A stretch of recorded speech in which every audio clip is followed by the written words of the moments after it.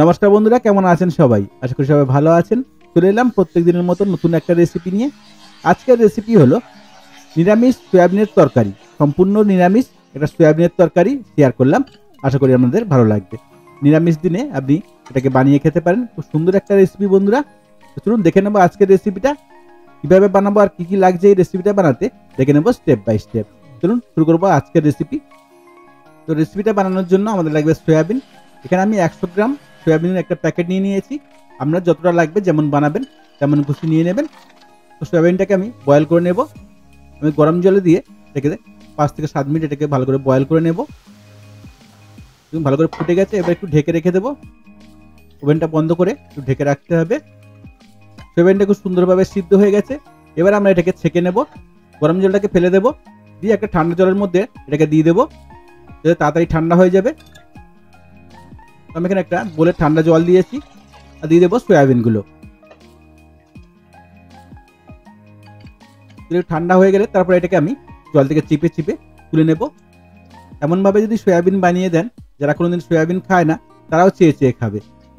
তো সয়াবিনগুলো আমি জল থেকে ছেঁকে তুলে নিয়েছি। এবার এটাকে আমি একটা ম্যারিনেট করে নেব। তো দিয়েছি লবণ স্বাদ মতো, আর দিয়ে দেবো এখানে হলুদ পাউডার 1/4 টিস্পুন, দিয়ে দেবো লঙ্কা পাউডার 1/4 টিস্পুন, আর দিয়ে দেবো জিরা পাউডার 1/4 টিস্পুন। 1 টেবিল স্পুন বেসন দিয়ে এটাকে ভালো করে আমরা ম্যারিনেট করে নেব। বেসনটা দিলে কি হবে বন্ধুরা, যে মশলাগুলো দিচ্ছি সেগুলো ছেড়ে বেরিয়ে যাবে না। যখন ফ্রাই করবো আমরা মশলাগুলো ছেড়ে কড়াতে বেরিয়ে যাবে না। তার জন্য বেসনটা আমরা ম্যারিনেট সময় দিয়ে দেবো। 1 টেবিল স্পুন বেসন দিয়েছি। ভালো করে এটাকে মিলিয়ে নেব সবগুলো একসঙ্গে। ম্যারিনেট করা সয়াবিনটাকে কিছুক্ষণ আমরা রেস্টে রেখে দেবো। আর এখানে নিয়েছি আমি আদা, টমেটো, কাঁচা লঙ্কা, আর নিয়েছি একটা ক্যাপসিকাম, আর নিয়েছি এখানে আলু। তো আলুগুলোকে আমি ছোট আলু নিয়েছি, এখানে হাফ হাফ করে আমরা আলুগুলোকে কেটে নেব। নতুন আলু, ছোট ছোট আলু নিয়েছি। আলুটাকে হাফ হাফ করে কেটে নিতে হবে এমনভাবে। আজকের রেসিপিটা সম্পূর্ণ নিরামিষ বানাবো, তাই এখানে আমরা নিয়েছি আদা, কাঁচা লঙ্কা, আর টমেটো, ক্যাপসিকাম। তো দেখুন সবগুলো আমি কেটে রেডি করে নিয়েছি। ক্যাপসিকাম, টমেটো, ধনেপাতা, আদা, আর নিয়েছি টমেটো চপিং করে নিয়েছি। দেখুন এবার আমরা চলে যাব আলুগুলোকে ফ্রাই করে নেব। তো তার জন্য একটা কড়াইতে তেল বসিয়ে দিয়েছি। তেলটা গরম হয়ে গেছে। এবার আলুগুলোকে আমরা হালকা করে ফ্রাই করে নেব। আলুগুলোকে আপনি কাঁচাও দিতে পারেন, কিন্তু ফ্রাই করে দিলে টেস্টটা সুন্দর হবে আর আলু একটাও ভাঙবে না। তো সবগুলো আমি আলু দিয়ে দিয়েছি। এবারে দিয়ে দেবো এখানে স্বাদ মতো লবণ, আর দিয়ে দেবো 1/4 টিস্পুন হলুদ পাউডার। দিয়ে আলুগুলোকে 3 থেকে 4 মিনিট ভালো করে ফ্রাই করে নেব, যাতে গাটা একটু ভালো করে ফ্রাই হয়ে যায় আর তরকারিতে পড়লে ভেঙে না যায়। ভালো করে নেড়ে চেড়ে ভালো করে ফ্রাই করে নিতে হবে। খুব মজাদার একটা রেসিপি বন্ধুরা, অবশ্যই একবার বাড়িতে ট্রাই করবেন।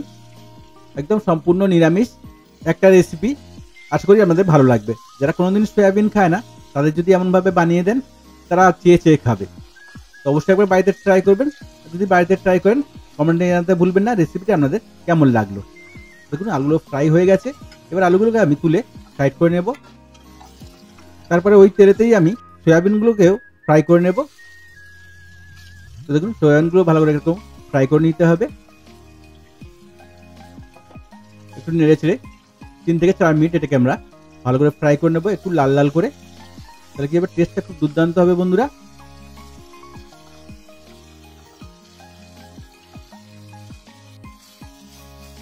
দেখুন হালকা কালার এসে গেছে। এবার এটাকে আমরা তুলে নেব। সয়াবিন খুব বেশি ফ্রাই করার দরকার নেই, তাহলে কি হবে, শক্ত হয়ে যাবে। তো এবারে আমরা এটাকে তুলে রেডি করে নেব। খুব সুন্দর দেখতে হয়েছে, একটু কালো হয়নি আর কড়ার গায়ে লেগেও যায়নি। যখন সয়াবিন রান্না করবেন এমনভাবে হালকা একটু ম্যারিনেট করে রেখে দেবেন, দেখবেন সয়াবিনগুলো কত সুন্দর টেস্ট হয়েছে আর কড়ার গায়ে লেগেও যাবে না। এমনি সয়াবিন ফ্রাই করলে কড়ার গায়ে লেগে যায়, দেখুন একটুও কড়ার গায়ে লাগেনি। সবগুলো আমি তুলে নেব। তারপর চলে যাব আমরা সয়াবিনের জন্য গ্রেভিটা বানিয়ে নেব। তো তার জন্য একটা কড়াই বসিয়ে দিয়েছি দেখুন, আর দিয়েছি 2 টেবিল স্পুন সাদা তেল। তেলটা একটু গরম হলে দিয়ে দেবো 1/2 টেবিল স্পুন গোটা জিরে, আর দেবো 2খানা শুকনো লঙ্কা, দিয়ে একটু ভালো করে ফ্রাই করে নেব। তারপরে দিয়ে দেবো আমরা আদা আর কাঁচা লঙ্কা, যেটাকে আমি আমন্দির সাথে থেতো করে রেখেছি। আপনি চাইলে এটাকে পেস্ট করে নিতে পারেন, আমি এখানে থেতো করে রেখেছি আদা আর কাঁচা লঙ্কা 1 টেবিল স্পুন, একটু ভালো করে ফ্রাই করে নেব। তারপরে দিয়ে দেবো আমি টমেটো চপিং। এখানে 2খানা টমেটো চপিং করে রেখেছিলাম বন্ধুরা, সেটাকে দিয়ে ভালো করে একটু কষিয়ে নেব সবগুলোর সঙ্গে।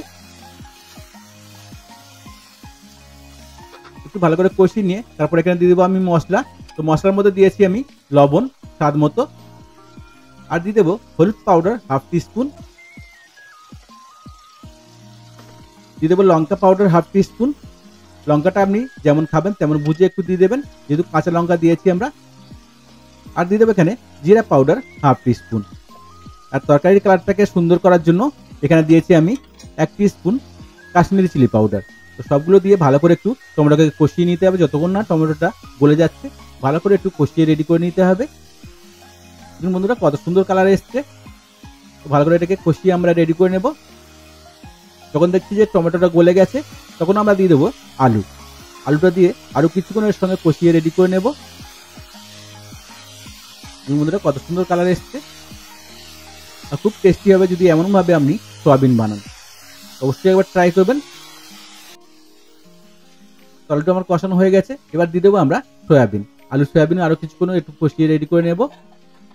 এটা খুব বেশি জল দেওয়ার দরকার নেই বন্ধুরা, আপনি যেমন ঝোল রাখতে চান, এটা রুটি পরোটা ভাত সবার সঙ্গে এটা এমনি সার্ভ করতে পারেন। তো আলু আর সয়াবিনটা মশলার সঙ্গে ভালো করে কষিয়ে নিতে হবে। কিছুক্ষণ ভালো করে কষিয়ে নিয়ে তারপর এখানে দিয়ে দেবো আমরা ক্যাপসিকাম। যে ক্যাপসিকামটা আমরা কেটে দিয়েছিলাম গার্নিশের জন্য সেটাকে দিয়ে দেবো, দিয়ে আরো কিছুক্ষণ ভালো করে এটা কষিয়ে রেডি করে নেব। খুব মজাদার একটা রেসিপি শেয়ার করলাম, আশা করি আমাদের ভালো লাগবে। আর আমার রেসিপি আপনাদের যদি একটুও ভালো লাগে তাহলে চ্যানেলটাকে সাবস্ক্রাইব করে রাখবেন এমন সব মজার মজার রেসিপি আগে দেখার জন্য। আর বেল আইকনটাকে অল সেট করে রাখবেন, তাহলে কি হবে আমি যখনই কোনো রেসিপি ছাড়বো নোটিফিকেশন আপনার কাছে আগে পৌঁছবে। দিয়ে দিয়েছি বন্ধুরা আমি জল দিয়েছি 1 কাপ। বেশি ঝোল ঝোল করবো না, এটা একটু মাখা মাখা করবো, অল্প একটু ঝোল রাখবো। এবার আমরা তরকারিটাকে ভালো করে ঢেকে দিয়ে 3 থেকে 4 মিনিট আমরা ভালো করে রান্না করে নেব। আলুগুলোও খুব সুন্দরভাবে সিদ্ধ হয়ে যাবে। তো দেখুন 3 থেকে 4 মিনিট আমি ভালো করে ফুটিয়ে রেডি করে নিয়েছি। দেখুন কত সুন্দর কালার এসছে বন্ধুরা, দেখতে কত সুন্দর হয়েছে, খেতেও খুব মজা লাগবে। অবশ্যই একবার বাড়িতে ট্রাই করবেন। দেখুন একটাও আলু ভাঙবে না। নিরামিষ দিনে বানিয়ে নিতে পারেন এমন একটা মজার সয়াবিনের তরকারি, খুব মজা লাগে খেতে, আর খেতেও খুব সুন্দর। দিয়ে দেবো ধনে পাতা। এখানে আমি 1 থেকে 1.5 টেবিল স্পুন ধনে পাতা দিয়ে দিচ্ছি।